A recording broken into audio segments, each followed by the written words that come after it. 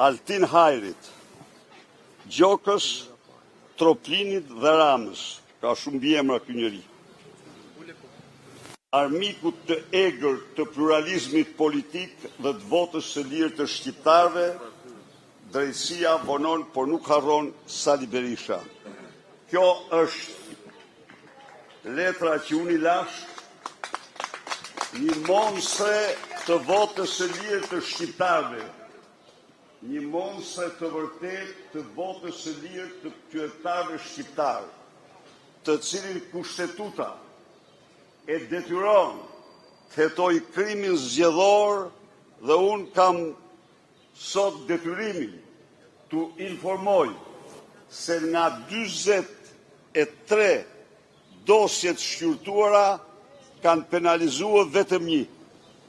Ndërkohë që farsa elektorale zgjedhore është universalisht e konfirmuar tashmë nga OSBE-o diri që vëzhgojnë zgjedhjet, nga deputetët e Këshillit të Europës, deputetët e Parlamentit Evropian, nga Komisioni i Jashtëm i Parlamentit Evropian dhe IBAR. Pra, në të gjitha këto dhe pretendimet dhe me qindra fakte dokumenta të paraqitura nga opozita. Por që të gjitha këto për armiqët e votës së lirë janë hiç asgjë apo nuk ekzistojnë. Edhe një herë, ju e ripërsëris atë, sulmet e mia të merituara ndaj Altin Troplinit dhe paraardhësit të tij, Gjelatit të sigurimit shtetit Kraja, kanë qenë të lidhura parazgjithash dhe mbi të gjitha me qëndrimin e tyre ndaj dosjeve të famshme të zgjedhjeve në Dibër dhe në Durrës. Me atë akt ata dëshmuan armiqsinë, dëshmuan në mënyrë flagrante armiqsinë ndaj votës së popullit opozitar dhe vazhduan në zgjedhjet e 14 maj 2023 dhe zgjedhjet e 11 maj të vitit 2025. Por sot unë duhet të informoj shqiptarët se çfarë mercenarësh të pushtetit ka kjo ndërtesë.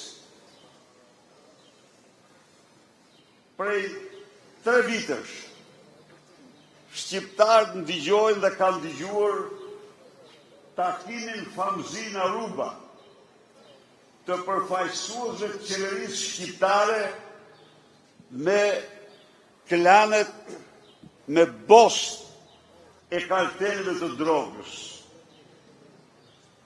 Prania e përfaqësuesve të qeverisë shqiptare në Aruba është konfirmuar nga gazetari investigativ ndër më seriozët i Italisë. Është konfirmuar nga media dhe kjo dihet universalisht. Aruba është damka më e zezë, është dëshmia më flagrante e narkoshtetit shqiptar, e bashkëpunimit të ngushtë të Edi Ramës me kartelet e drogës. Tani çfarë ndodh këto ditë? Këto ditë autoritetet spanjolle dhe jo vetëm ato kanë sjellë dosjen e plotë, se këtu nuk bëhet asnjë hetim. Jo. Forbidden. Po tjetë për qeverinë, pra sollën dosjen e plotë. Dhe tani Altin Troplini, Rama, veni çdo mbiemër se i meriton, nxjerr me të drejtë emrat e biznismenëve të implikuar, po jo të qeveritarëve. Shikoni sa të paftyr janë.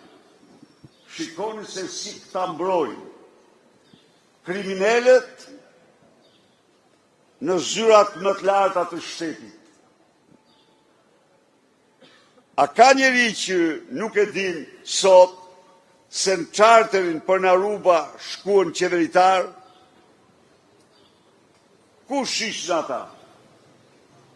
Asnjëri nuk e thot se kush ishin. Dhe ky është Altin Tropini që e fshe. Ky është hetimi i tij, po unë garantoj se në këtë mënyrë ai do konsiderohet bashkëpunëtor me klanin Aruba. A mund t'i fshihet një populli, prisni një minutë, a mund t'i fshihet një populli zyrtarit kriminal që fluturon nga Tirana në Aruba, që bën marrëveshje për ndërtimin, për thithjen e parave të drogës, ndërtimin e malit të Tiranës dhe thuhet edhe në zonat e tjera. Dhe tani dalin emrat e biznismenëve që kanë shkuar, po nuk dalin emrat e qeveritarëve që shkuan dhe firmosën marrëveshje, ose bën se mafja nuk firmos, mafja i ka kodët e thjeshta. Omerta, shumë vërtet. Tani omertën e zbaton Altin Tropini. Faqen zirë, i them. Ke detyrime nga i shqiptare, tani do na thuash se punë sekreti, qarë punë sekreti morë. Po në qofë se ti kursen dhe nuk u thua shqiptarve se Edi Rama i dërgoj ata në Aruba. Dhe kush janë ata? Cilët janë ata? Dhe se qeveritarë në Aruba kanë shkuar, kjo është 100% e sigurt. Janë të gjitha burimet. Shumë mirë që vepron ndaj biznismenve apo trafikantëve, çfarë ishte ata që ishin takim. Po koka e Meduzës takimit është Edi Rama dhe lejtnant e tij që shkuan në Aruba. A ishte Ngjella Gaçi, a ishte vetë Rama, a ishte Olsi Rama. Se thot aty dikur Rama i gjatë. Ata Ramat që janë ata të dy Ramat ata të shkurtër, më thonë, nuk i njoh. Kush Rama? Janë një dy me mbiemër Rama. Urdhë? Ata një për të mirë. Bravo, mua më thonë se ata janë të shkurtër të dy. Dhe mbetet që Rama i gjatë më thonë tjetë ose Edi ose Olsi. Po nuk mund të them se as Edi as Olsi. Ate që mund të them me siguri me 100% që qeveritarë kanë shkuar nga Tirana në Aruba. Dhe se ky është problemi më i madh i qytetarëve shqiptarë. Po këta janë një lloj me qeveritarë. Nuk thonë emrat, fshehin emrat. A nuk është kjo një krim i vërtet? A nuk është kjo një fyrje, një përshmim për çdo qytetar të këtij vendi që nuk mund të di se cili është qeveritari trafikant që shkon dhe bën marrëveshje me paratë e krimit? Turpi i mbuloft. Doktor, unë bëj dy pyetje. Shpeshherë është folur që pas malit Tiranës jeni ju dhe bravo dhe djali juaj. Ja, edhe një sekond lutem që të më japësh përgjigje të dyja dhe ju jeni kthyer në parlament, po mungoja ajo pjesa e dytë e postulatit ju e dini vet. Ju e dini ose e keni vendosur kur do të riktheheni në SBA për një vizitë qoftë personale apo zyrtare? Se tani e para të falënderoj. Keni më problem. Dosja faktoj shpifjen dhe trillimin e ult. Trillimin e ult që u bën atë kohë për malin e Tiranës nga opozita e opozitës, vegël e verbë të qeverisë dhe mediat e tyre. Mediat e tyre. Si është e vërteta? Keni lidhje? E vërteta është unë lidhje kur jo unë, po asnjë njeri. Ti të mendosh se këto janë kjo është një pyetje që bazohet në trillimet e ulta të atyre që u përpoqen të mbulojnë pjesëmarrjen e Edi Ramës e njerëzve të Edi Rama apo të atin takim në Aruba, se do dilte, dhe pastaj të opozitës që i shërben qeverisë, e cila pa asnjë fakt, pa asnjë bazë akuzonte, por besoj se gjithçka tani në dorë të Altin Troplinit është dhe ka dalë shumë qartë se kush është dosja Aruba, edhe kush është mali i Tiranës. Kjo është të fanoj për pyetje. Për të dytën, natyrisht unë do shkoj, por një projekt i shpejt nuk e kam tani se do të shkoj, kur të takoj miq, takoj bashkëpunëtorët mi atje, takoj shumë miq. Pra nuk do shkoni për arsye shëndetësore, siç është raportuar. Tani, këto janë mjerimi, nuk po përdor fjalë tjera, po vetëm kaq mjerimi. Këta janë një çift. Është një grua dhe një burr. Ata janë dashnor me flakt në shpifje dhe mashtrime, jo në erotizma. Ata të dy kryesojnë liste, se njëra ka bërë shkollën e tjetrit, dhe ata i përhapin këto, dhe është një turp i madh, domethënë. Ata janë mercenar, kush i paguan, atë bëjnë. Dhe ata e përhapen, janë një burr dhe një grua që s'kan lidhje njëri me tjetrën, por rastisi janë shumë, të cilët janë dashnor në shpifje. Në shpifje, vetëm shpifje. Nuk ka asnjë gjë të vërtetë ajo. As kam kërkuar kurrë ndonjëherë për shkuar, për të vizituar. Vendimi është i plot për mua dhe familjarët e mi. Një lloj për familjarët e mi, dhe ky vendim në është komunikuar zyrtarisht nga përfaqësuesja e Shteteve të Bashkuara në Tiranë. Zoti Berisha, ditën e djeshme një deputete e Partisë Socialiste është vetë deklaruar si e pavarur. Si e komentoni ju këtë situatë dhe a do t'i bëj Partia Demokratike një ftesë Mariana Koçekut? Tani,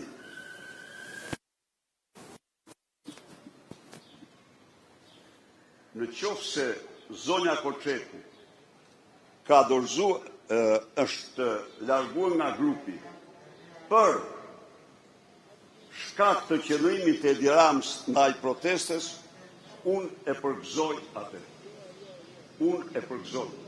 Në rast se ajo ka patur se nuk ka shpjeguar me sa di unë, domethënë, nuk ka shpjeguar arsyet, pres të shpjegoj arsyet që të pronësohen, por them që tani, në rast se ajo ka dhënë dorëheqje për shkak të qëndrimit të papërgjegjshëm, absolutisht të papërgjegjshëm të Edi Ramës ndaj protestës madhështore të paparë në historinë e Tiranës të rinisë dhe qytetarëve, ajo ka bërë një akt qytetar. Të shohim, të shpjegoj motivet që të bëjmë vlerësimin. Unë siguroj protestuesit se mandatet e Partisë Demokratike janë dhe do të jenë të tëra në funksion të kësaj lëvizje. Sikundër, ftoj edhe vazhdoj të ftoj shqiptarët të marrin pjesë masivisht, mbasi realisht. Edi Rama në rreth të kuq, tafnë dhe shpresë nuk ka. Ta përcjellim, t'u japim një ndihmë këtyre trive në këtë funksion dhe mision liberator. Këto përgjigje. Zoti Berisha, me që ato protestuesit kanë thirrur në ditën e tyre të 15 me pankartën Rama në burg, Berisha në burg. Si vlerësoni këtë parur protestues? Gjithashtu ajo është opozita e opozitës që mendon tani me qenë se gjykon se në këtë mënyrë, duke luftuar opozitën e vërtet, do mund të zëvendësoj atë, por opozita si ka zënë vemi askujt.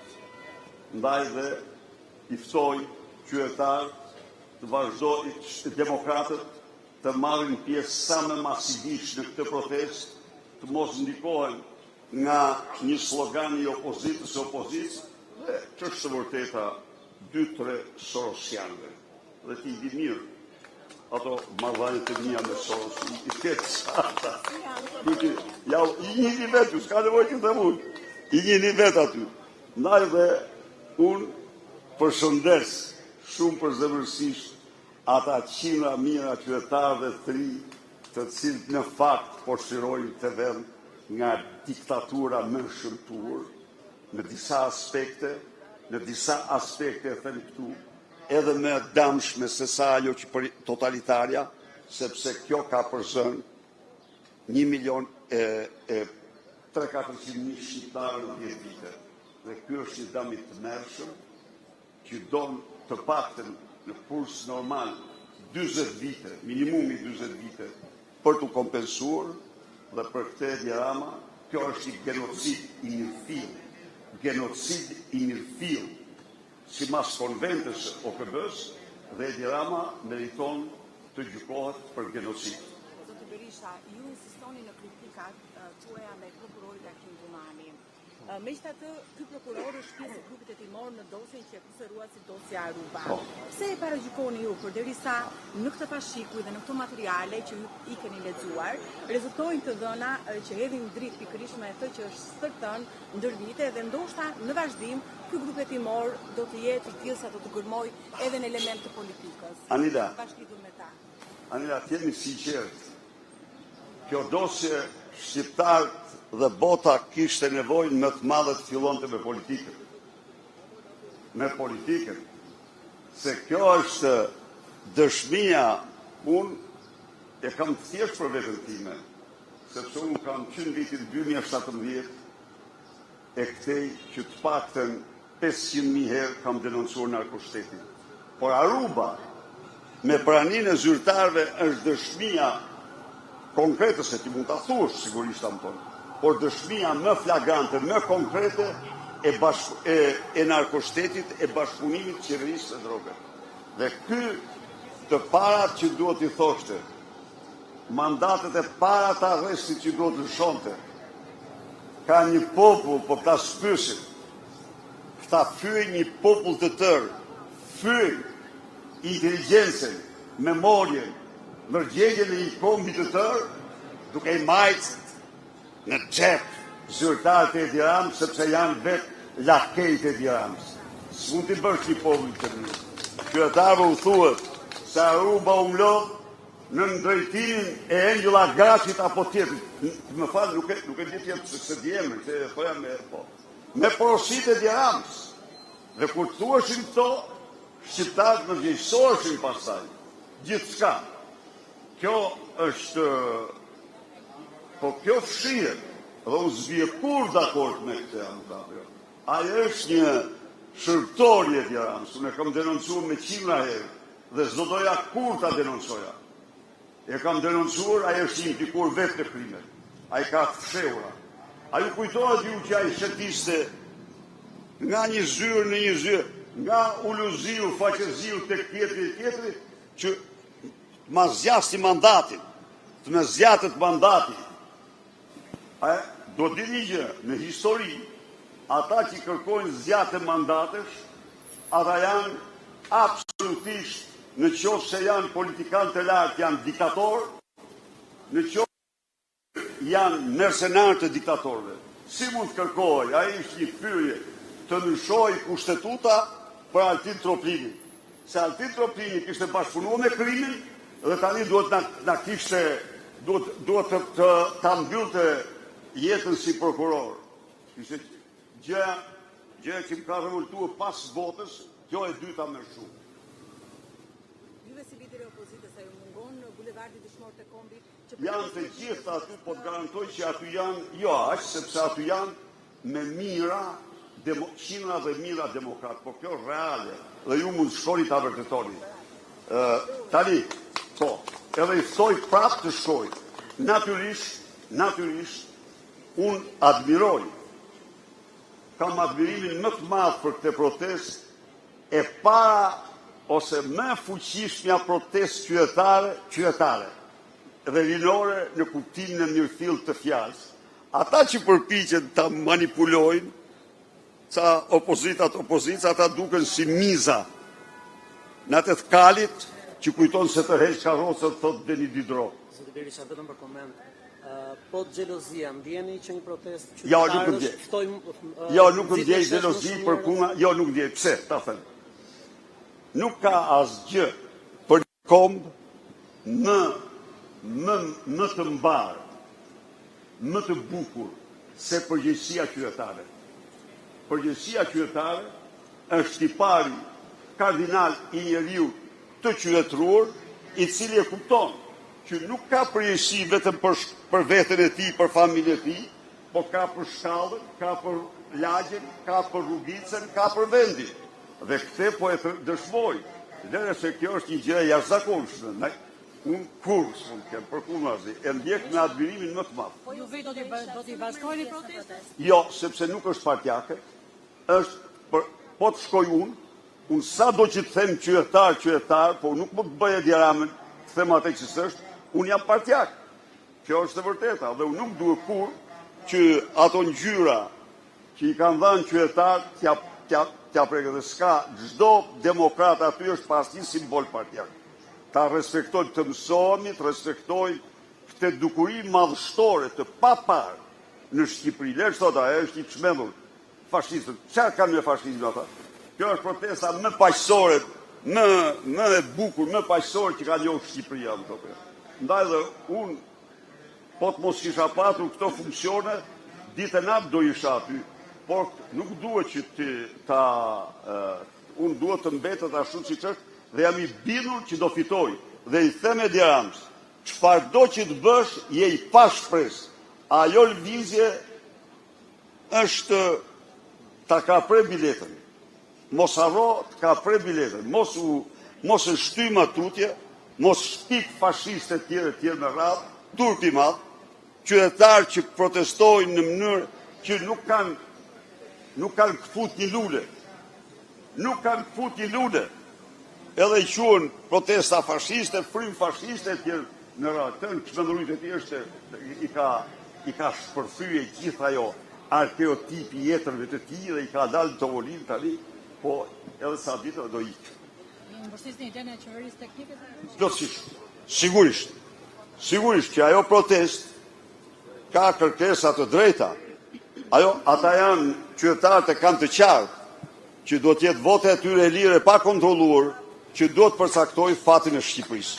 Dhe një qeveri teknike e cila përgatit zgjedhje të tjera do të ishte qëllimi më i madh, më i rëndësishëm i kësaj proteste. A do ta pranoni ndryshim të kodit zgjedhor si protestat e protestuesve? Tani unë kam qenë në negociata dhe kam shprehur që jam plotësisht për listat hapura, plotësisht i qëndroj asaj, qëndroj domosdoshmërisht se disa ndryshimeve rrënjësore, qëndroj për sankcionimin e ndërshkimeve më madhore për krimin elektoral, shpalljen e krimit elektoral si krim kushtetues të rënd, në mënyrë që ajo që ndodhi me Edi Ramën në Shqipëri të mos u përsëritet më shqiptarëve, se ajo është shkatrimtare për vendin. Doktor, pyetja e fundit. Kur të riktheheni në parlament pas disa ditësh, do t'ja bëni ndokujt pyetjen a e kalon dot oqeanin me dash? Unë Do bëni apo jo, vetëm kaq. Pa koment. tani fryrja ime është të shoh para. Të shoh para sepse një kapitull u mbyll i jetës time me një betejë të imponuar, por në një betejë në të cilën unë ndoqa me vendosmëri rrugën e mbrojtjes dinjitetit njerëzor, jo vetëm timës, por të gjitha atyre që kishin votuar Po nisi me një pyetje. dhe në kishin me besuar.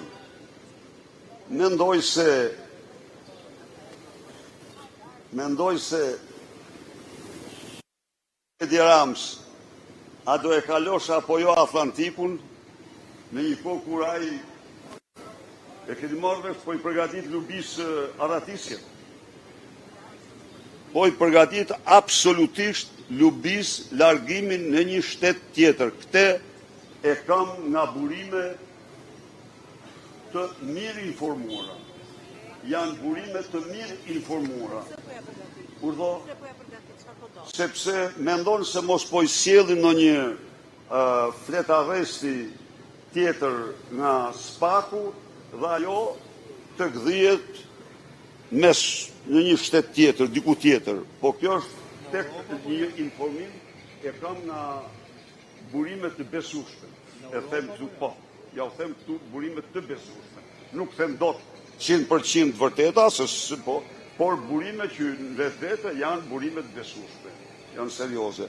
Apo përgatit dhe për vete ai këtë, i garantoj që edhe mrapa diellit po të shkoj, do vi këtu t'jap llogari për krimet që ka kryer. Mirupafshim.